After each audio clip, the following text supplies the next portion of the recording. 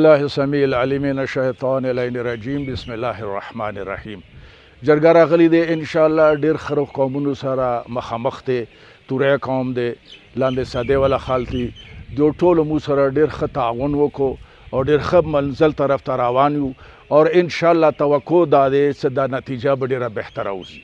اور مو سره دیو توره قوم دی که کوزه ساده ولا دی خر خبره ده کوي خو مزالدار سره کوي. خدا د دوو کورونو جنگ نه دی، دا د قومونو جنگ دی، اقوامونه نه دي مدله واخلاږي ان شاء الله څوره واخلاږي مو بندد ځکیو څوره پورې ما خبره خیته او کاګلی دی.